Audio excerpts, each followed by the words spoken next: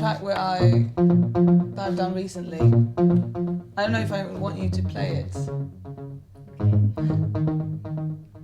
Like in the... or whatever, it's gonna be fine.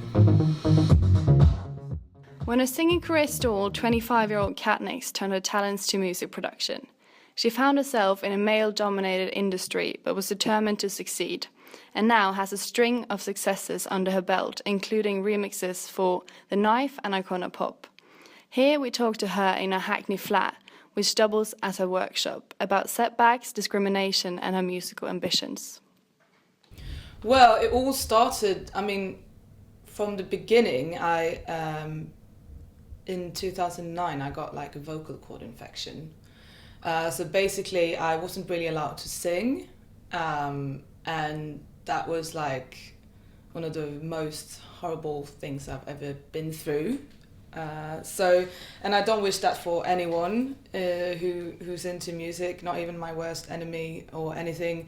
So I went into, after that I was like, okay, well I still want to do my music, but I couldn't sing. So I sort of had to find other different ways to do music in some way, because if I don't do music, I'm not me.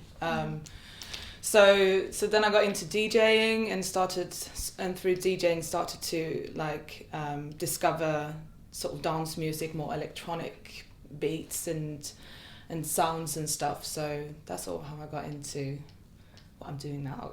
I got a request from The Knife, doing a remix for one of the tracks on their new album, Shaking the Habitual. For me, it was like one of my hardest challenges before, because suddenly I was like, oh shit, I've got a deadline.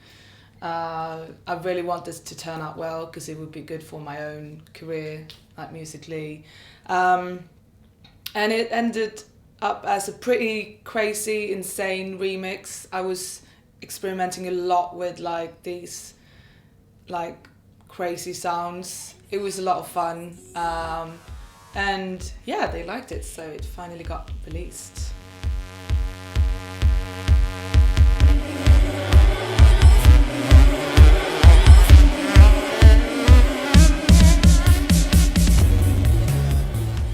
You can, go completely around, away from the original track and just do your own version. And so on the other hand, there are really no rules, which I really love. And you start with something and you work your way around it, and you never know sometimes you never know. You think you've got your idea in your head of how the track or the remix is going to turn out, but it ends up sometimes you end up doing something completely different than you thought in the beginning. And those are the kind of tracks that really surprises me, and those actually in the end turns out to be the best tracks. Mostly when people ask you oh, so you're producing and you're doing music and stuff, you're a musician, so who's your producer?